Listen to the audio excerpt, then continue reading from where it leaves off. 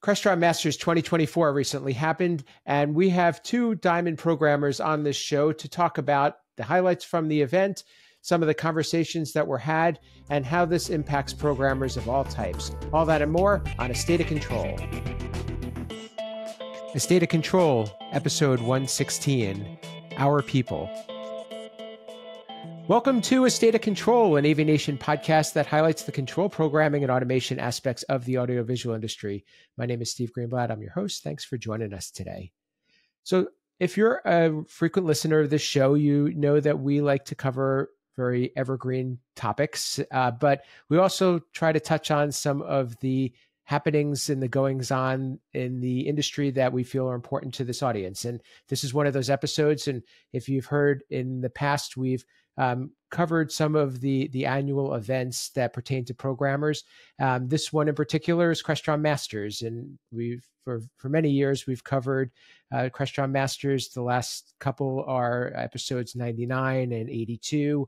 And there's several more if you want to catch up on some of those back shows. So with me today to discuss this event are two of the participants and attendees.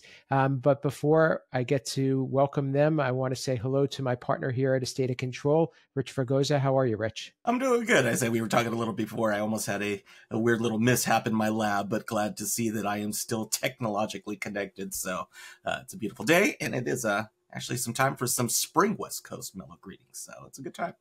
Nice. And we get to welcome back two returning guests, one that's been with us for quite a number of episodes. The last episode was number 107, and we get to say hello and also share some news that he's with a new company. He is now with CTI as the VP of Machine Intelligence. Dave Hatz, welcome back, Dave. Thanks for having me, Steve. Excited to be here. Glad to have you. And last but not least, we just had him on episode 114, and he's already back for a second time. So we must like each other.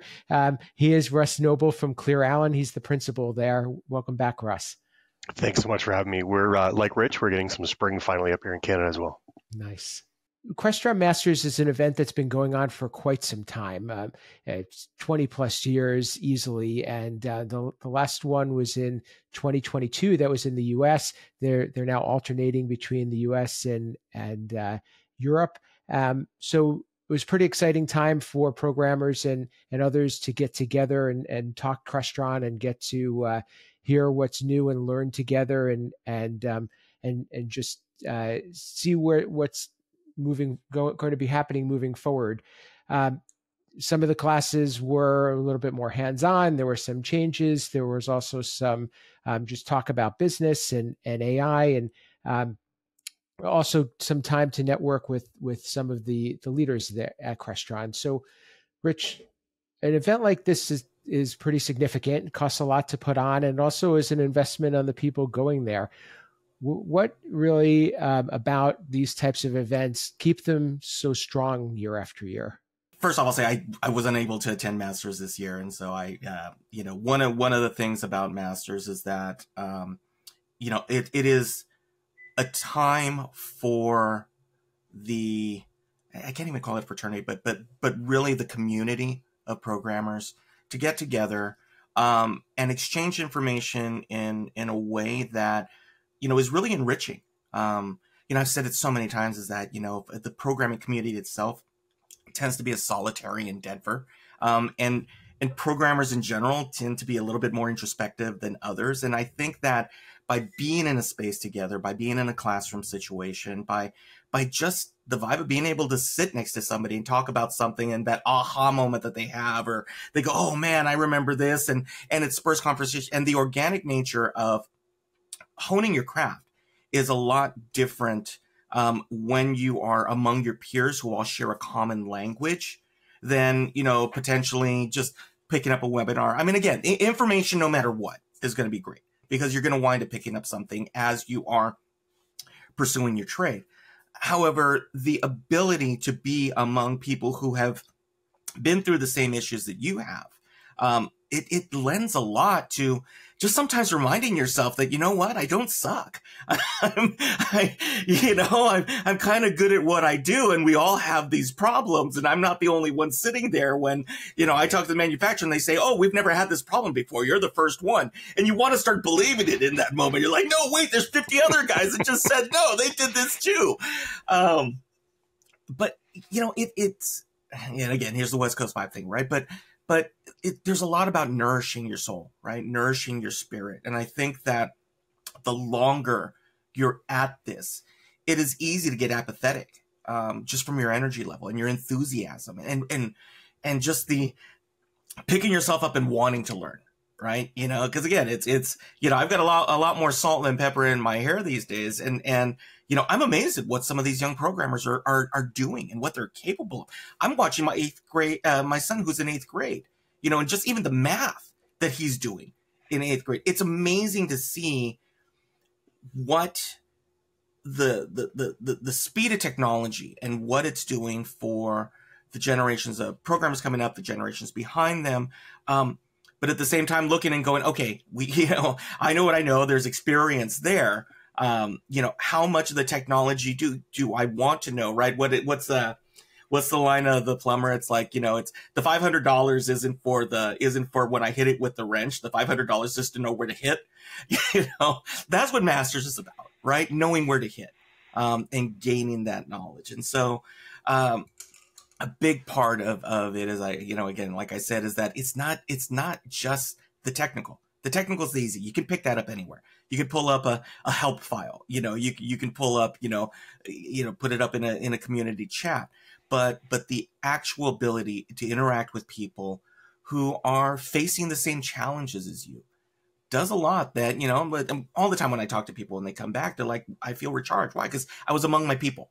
And there's a lot to be said about that. So, that's why I think it lingers, and again, why I see like CEDIA and Infocom, even though on a larger scale, community is important. And I think we had that during the pandemic. We learned how much we miss community, when you don't have it for that moment, and then you get back to it and you kind of go, oh, I do feel better, right? I feel recharged. I've got, the same problem that was facing me when I left on Monday doesn't feel as bad now that I'm back on Friday. And what happened in between is, again, that perspective gets realigned. Dave, I'll jump over to you. I too didn't make it to this year's event, but what were some of the highlights that were intriguing? What were some of the things that made people realize that this was that signified that value, that it means that I walked away with something that I can use or can say that this was a worthwhile trip? So I think from my perspective, the first thing is Masters has really evolved to become 3 different events in many ways. They've introduced over the last couple of years the Modern Work Summit, which is a 1-day piece of Masters, but it's really focused to end users, to technology executives, to business leaders at our end users, and help them understand the work trends, the technology trends that parallel what we all are thinking about at Masters. The second track is the architect, the system designer track, the MTA track. That's focused on the design of the systems and making sure that what's planned, we all as developers can actually execute and are set up for success. And then there's the programming track, which is sort of what most of us probably think about when we talk about Masters. I'm going to focus mostly on that programming track because, A, it's state of control, and B, that's just where our passions are. I think the first thing for me was there was a really heavy focus on labs this year. This was my 19th Masters. And so I've seen a lot of change. I've seen the ebb and flow of how the event shifts from year to year. And one of the biggest pieces of feedback from the last Masters was, we all get, for the most part, the basics. There's very few people who haven't touched C#. And if they haven't, there's classes for that now. So, the attendees coming to Masters aren't necessarily looking for, those vanilla topics that they were 3 or 4 years ago. What they're looking for is really hands-on. And so the format this year was fewer programming classes, fewer programming slots, if you will, but more focus on a deep dive within a topic, whether it was C#, HTML5, Construct, the Automate VX platform, and so on. The other thing with that was there was a real intent to make sure that everyone comes away from sessions with actionable content, if you will, with code snippets, with a complete program, with guides that tell me how to do this. Because one of the things for myself, when I'm sitting in the class, I'm following along, I'm doing the exercises, it all makes sense. I can follow the logic of step A to B to C. And then we go back to our day job. And often I won't touch that for 3 months, 6 months. But I'll tell you what, sometime next fall, I'm going to come across an instance where I remember that, oh man, I know exactly what I need to do. I learned it at Masters. And I'll go back, and heaven help me if I can't figure out what's going on in my notes. What was I thinking? Well, I didn't take as many notes, or I skipped steps because in the moment it all made sense. And so the Masters team, or the instructor team, really put emphasis on making sure that the complete package of documentation, if you will, to go with the class is available, so that when someone comes back to it 6 months later, they've got all the keys to be successful and they can reteach themselves. I think that was a real good recognition on the part of Crestron to bring that into the fold this year and put emphasis on it. Because I think, it's understanding the audience better. And the more Crestron understands the audience, the more they can tailor the experience and really deliver excellence there. Two other things that come to mind for the event. It was the first time we've had the opportunity to talk about AI in the context of, it sort of being part of everyone's day-to-day. So I thought that was really exciting.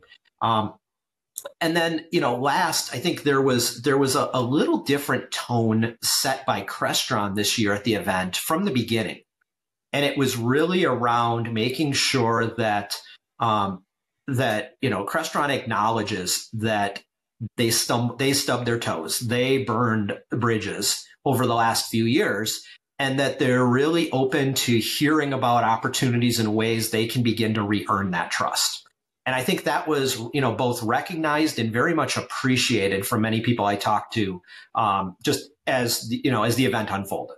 That's a great, comprehensive view of it, and I think we're going to examine each of those pieces, because thank you for that. Because for somebody who didn't attend, I think that really puts a good wrapper on it. And I want to shift over to Russ for you. Although you've been to Masters before, we've seen each other there. This was a little bit of a different experience for you because you've now attained the level of a diamond programmer. Now you're part of not only the learning, but the instruction. How did this event stand out to you versus others in the past? It was obviously very different having to teach, but I'd echo what Dave said about the focus on actionable learning, that you can walk away with something that you can reflect upon later and continue to learn with it. So, in our class, we made sure that the code progression's built, and at the end there's a solution. Everything's documented in the solution. In other classes, you were using what you would use in one class into the second class. So you might be using the user interface that you worked on in this lab inside of this lab. So at the end of it, there was a continuity that was provided that I hadn't seen in Masters in any year previous, from the time that you started learning, everything down to the very first session of getting everyone connected to their VC4. And so the beginning part of every single class wasn't making sure that everyone could just load program. Everyone did that together. And so there was a lot more focus on the education and actually acting on the learning material in the classes, which was great. Attendance was fantastic this year too. I did have the pleasure of attending last year in Spain as well. So I was able to see the difference between the North American and the European Masters. And the content is the same. Slightly smaller group over there. So feeling the dynamic of the smaller group and the learning in the smaller group and the learning in the larger group, I was quite pleased actually this year at Masters, where it's a much larger group. Like there were 900 plus attendees this year, but it still had that smaller learning group feel that I had in Madrid last year, which was quite pleasant. And there was a lot less focus on products this year. Obviously, as Dave had mentioned, the stumbles in the past few years, there was a lot more discussion about the problems themselves that we help solve, which was nice. Having attended Masters as a programmer for many years, the new products being announced, the new products that are released don't mean much to us until somebody puts them into a job. And what the technical specs are, we can find later on. So it was great to not have to deal with that content. It's nice to know what's coming, but it's nice to know the roadmap and not necessarily the details of the inputs and outputs on a box.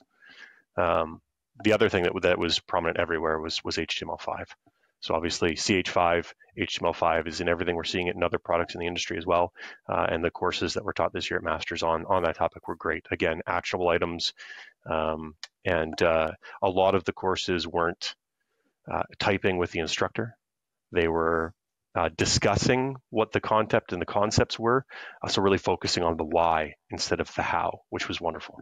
That's fantastic. That makes a big difference. And that's, I think, very valuable to people who have to be able to show something for the time that they put in. I thank you for sharing that. Rich, I'm going to kind of shift it back to you. There's, Dave talked a little bit about Crestron being in a position to bring people back and knowing that they stubbed their toe, and we don't have to get into the specifics of that, but from programmers' perspective, how would manufacturer get either the confidence or get that loyalty back? Well, let's see. Diplomatically speaking, I think that manufacturers who have been successful in maintaining loyalty were the ones who, from the outset, were willing to be transparent. I think that manufacturers in the industry, some of them who haven't had the same loyalty, or they've seen people go to other manufacturers during the supply chain issues, everything else, you can't blame your customers. And I think that companies moving forward who do want to see a return to loyalty, and not it being one way, because there was a certain period of time, and I mean, let's go back 20 years ago, 30 years ago with other manufacturers who aren't even around really anymore in this capacity, who wanted some blindsided loyalty and just expected loyalty. And, if you didn't follow which way they were going, well, oh well, right? And the current business conditions don't allow for that anymore. There are too many choices now.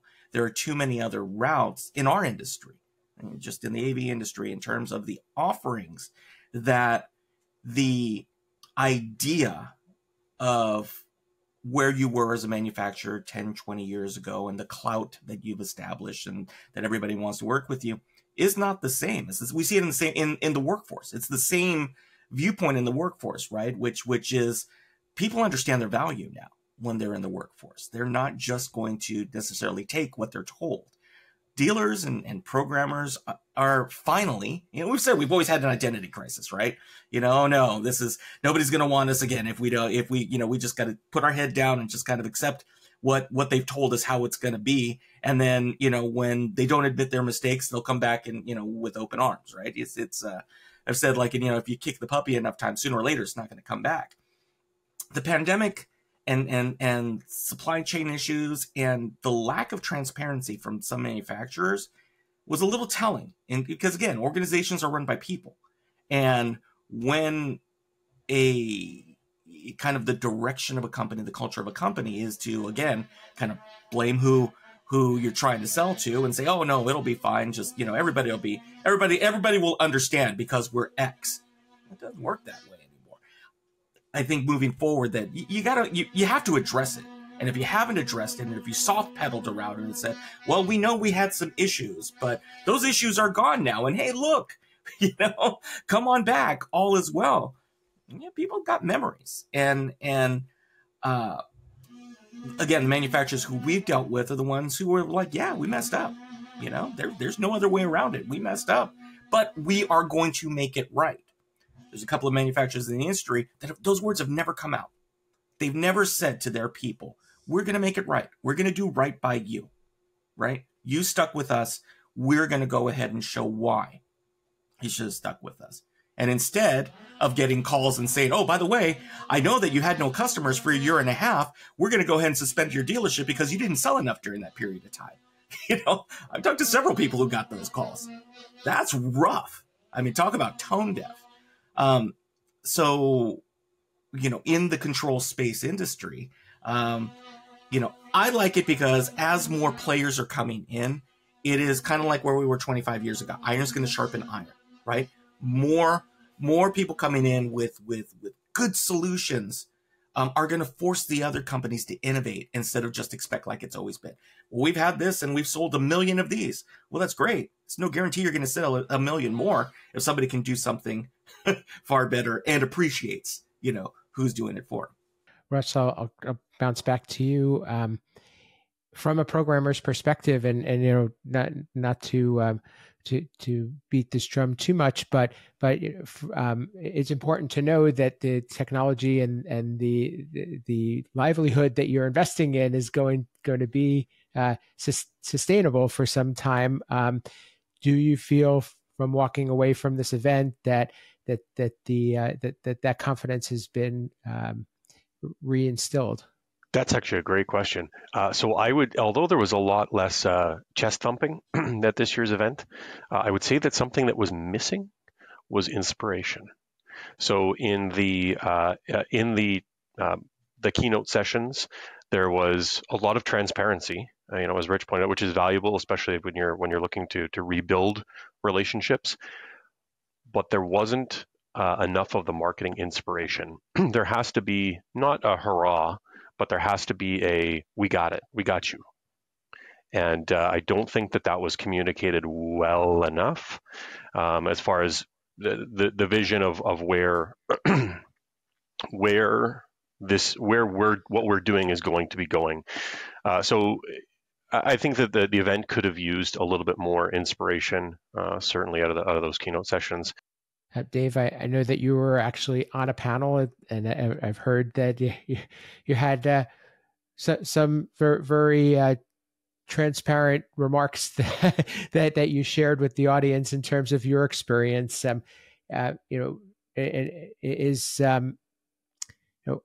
What can programmers do to get to express themselves in a constructive way, and how can we help to ensure that the skill set that we have is going to live on for some time? That's a great question, and you're right. I was in a really unique position this year, and that I was invited to participate in the opening keynote. And I was asked up on stage and had a fireside chat, if you will, with Brad Hensey, the head of marketing for Crestron. And I was, contrary to some people asking me this, I was actually asked by Crestron to answer the exact question, that we're sort of talking around here, and that what was the impact on, my relationship with Crestron over the last 3 or 4 years.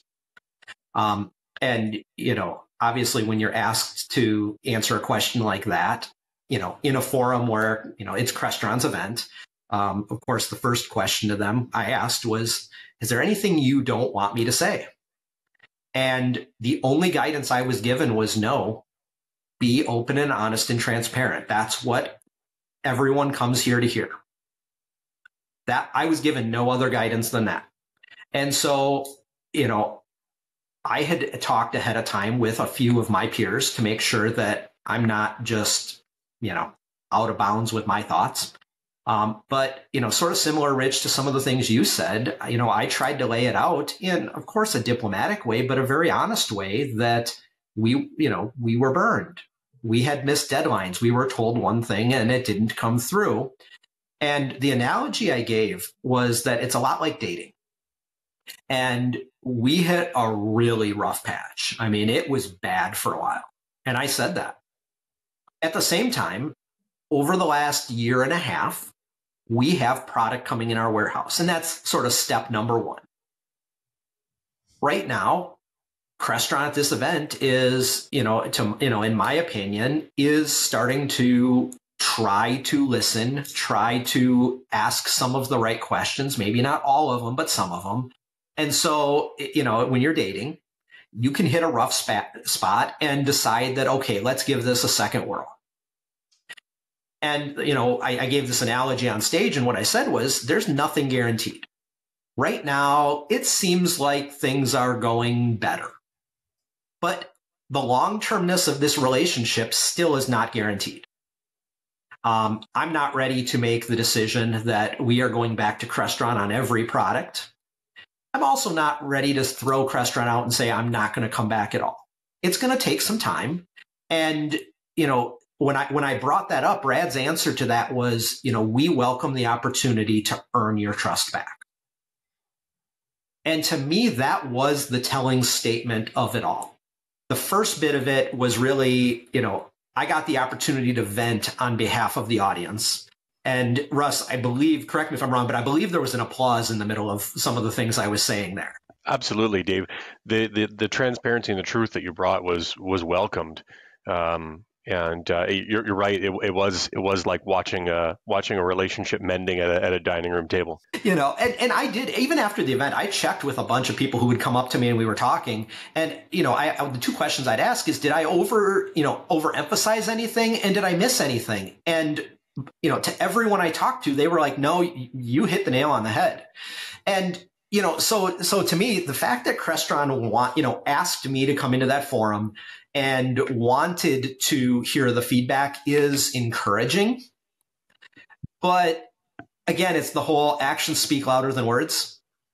And I have yet to see all of the actions come through. We're starting to see some actions, but I do agree with you, Russ, that I think that moment, overshadowed the message of the keynote a little. It's because following that was Dan Feldstein coming and doing sort of fireside chat, and it sort of took that same tenor. And the part that I'm with you that for me, and the part that Rich or Steve, to your original question, where can the programmer come in? I think continuing to share open and honest feedback with Crestron, they've indicated they want to hear it. They've indicated they're open to listening in a different way than they have in the past. And so making sure that you are providing constructive ideas, not just what's wrong, but what would you do to fix it? What would be something that they could implement that would alleviate the pain, would alleviate the issue that your customers see, that you see? Often I think we get, bent up of, okay, I've been given a forum, I'm going to just tell them how bad it is. Come with solutions. Mm-hmm. It might not be the right solution. It might not be the one that they want to implement, but by bringing that forward, it gives them the ability to share that feedback. Because the one thing that, we and Russ, I think you were in the room on Sunday afternoon. So the master starts on Tuesday. We were setting up a couple days before. On Sunday afternoon, we were all told that every bit of feedback that the Crestron team is given is important.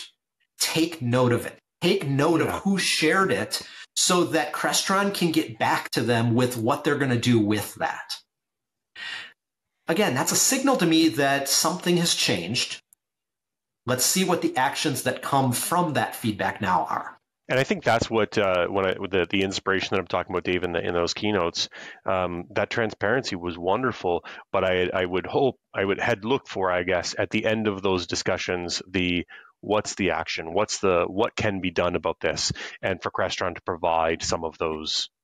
Obviously, they can't commit to things on the spot like that, but something that just lets us know that, especially as programmers, I mean, this is our business. The longevity of them as a participant, that is very important to us.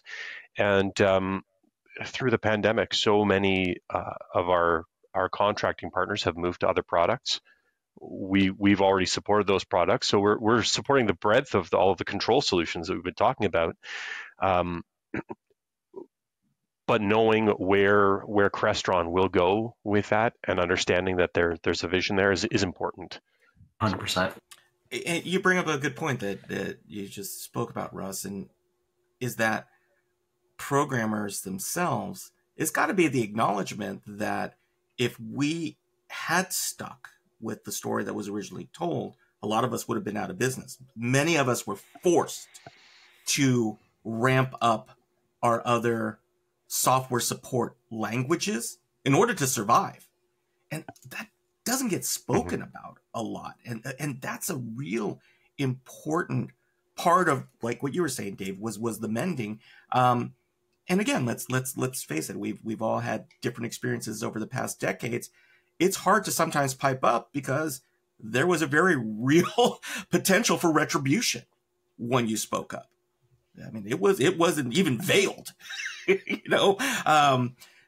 But this is a big part, and this is the hard conversation, right, to have, which is, it's not that I, you know, like let's go to the data analogy. I didn't want to leave you, you know, you made me leave you, and now saying that you want me to come back, yeah, you know, I'm a little twice bitten, you know, once shy on this one, and it is important that the understanding that it's no longer a silo. It is a programming community, and the programming community happened to come together for this product environment ecosystem but there has to be the tacit acknowledgement that, hey, there are others out there, and we are trying to build all of this together. And not to say that they're going to play nice with other manufacturers, but it has to be an acknowledgement moving forward of if you really say what you mean, first, you appreciate what I had to go through.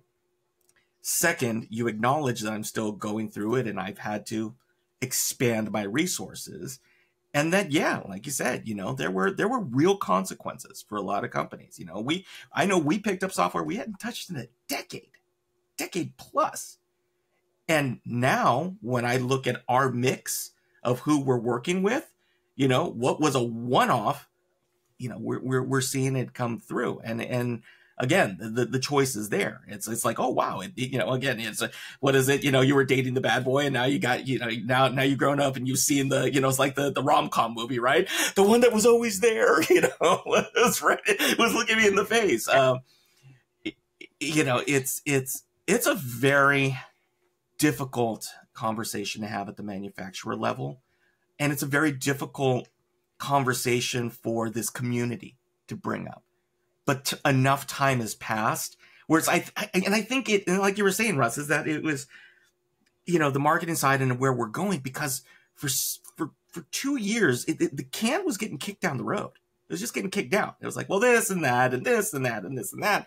And it is now the time, and I'm not even going to call it a reckoning, but you got to have those hard conversations other than an open forum theoretically. Now it's like, okay, you've said this. You've said you want this. You know, it's like I do with my kids, right? Okay, well, an apology means I won't do it again. So how are you now reaching out to say we're earning it back doesn't mean just taking an order like you used to. Earning it back means, how are you reaching out? What are you doing different? What are you doing to covet the people that stood by you?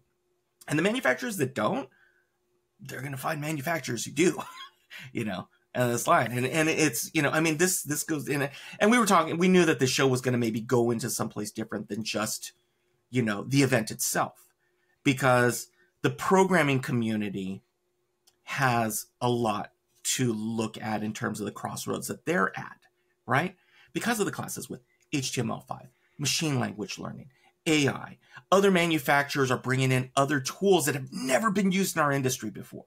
You know, you've got Node-RED, you've got. The great part, though, is a lot of those tools are overlapping each other now, which is wonderful, right? So you're not dealing with these proprietary things. We can actually start to leverage even outside of our community. That's one of the best things that I see. One of the biggest opportunities for us is, you know, we talk about the size of our community, and it's wonderful. And if I can just come back 1 second to what you brought up in the beginning, Rich, about being in a large group of people that do what you do and having the same frustrations and the same challenges. But I'd also flip it on the other side of the coin to say that we all celebrate similar victories. So when we're in that group, we can celebrate each other, which is not necessarily something that, if you're working individually in a dealer or individually in an end user, what's a great win for you, what you may walk out the door very proud of, nobody may know what you did. So it's great to be able to share that and have someone go, "Oh, that was really cool. How did you do that?" and start to banter on it. And so, it's our people, right? To be in the environment with just our people is wonderful. We're painting with the same brushes, we're using the same palettes, and those palettes outside of just the AV world are now available to us. So, we've always developed in these proprietary environments using call it a beta test pool of 1,000 certified programmers worldwide. And now you can leverage libraries that are field tested by millions of developers. As programmers, take note of the fact that all of the Crestron products now, from sort of, a year ago, we'll say forward, all have open APIs. And I don't think that's an accident by Crestron, Spot, but I also take that as an advantage. And in my previous role, we were starting to have discussions with a lot of our key customers where over the pandemic, we had shifted their standards from Crestron to something else. And we were sort of at the point where let's generate the next generation of standards. And it's sort of the debate of, do we go back to what we had, to the old, do we just go to Crestron as our standard? Do we stick with where we had adopted to? Do we find something in the middle? And one of the things that I actually found really helpful was Crestron has some products that are still top of class. There's in my opinion, no great alternative to. But because of the open APIs, now I have the opportunity to take that really good product and go find what are other best of breed products that work well and can integrate together back to where we have been focusing for decades now, of taking the best of breed and interconnecting them. Steve, your world of making things work together from, vendor X to vendor Y, with ease. And I think there's a lot of new opportunity so that we don't have to, so we can change that relationship and accept that relationship, Rich, as we see fit. We keep some control in it. We're not just, oh yeah, all water under the bridge, I'm okay with it. Yeah, maybe we get to that point. I'm not going to try to read the future. I'm horrible at it. But let's take this one step at a time. I know something that really works well. I know something else that really works well. Well, let's try those two together. And then we grow from there. So I'm going to use that as the teaser for the continuation of this conversation, because we're lucky enough to have our guests back for a second part of this. And this is probably a first out of State of Control, where we're going to do a two-part session. So stay tuned for next month and you get to continue this conversation. Rich gave us some good teasers too that we'll be following up on. Until then, though, I'd like to thank our guests and let them tell you a little bit about where you could find them and continue the conversation. First off, Dave Hatz and his new role at CTI. Dave, how could people get in touch with you and learn more about CTI? Yeah, so first, find me on LinkedIn. That's where I do most of my writing and most of my content share. Certainly, CTI.com. You can find CTI. CTI is also the parent company of AVNation. So just get that one in for you, Steve. But definitely, always feel free to reach out. I've had a few people reach out after Masters, with either questions or, hey, it was just great catching up. Appreciate our time together. And so I'm always willing to look forward to hearing from the community here. Excellent. And Russ, thanks for being back with us. How could people get in touch with you, continue the conversation, ask you questions, and learn more about your company, ClearAlan? Yeah, you can find me on LinkedIn, the company as well. So at ClearAlan, ClearAlan, and our website is clearalan.ca. Thanks. And last but not least, Rich, how could people get in touch with you and continue this conversation and give them something to look forward to in the next episode? You can find me on the interwebs. Let's see, Fregosa Designs, the company, at our Fregosa on X. I keep wanting to say Twitter, but X. But all of the other ones, you can also see me. You can find me a lot of times on a lot of the community programming groups. We've been trying to focus on, the reach one, teach one side of things, and ramping up our efforts on kind of sharing some of that knowledge. But first and foremost, I hope you find me here on AVNation.tv or with my good friend and partner here, Steve, or Resi Week, or any of the shows that we're on. And always, please just support our sponsors.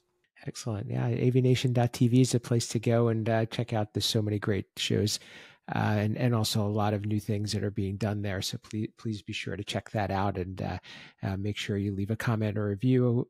Let us know what you think. Give us a shout if you want to be on a future show, and also if you have something that you think we should be covering.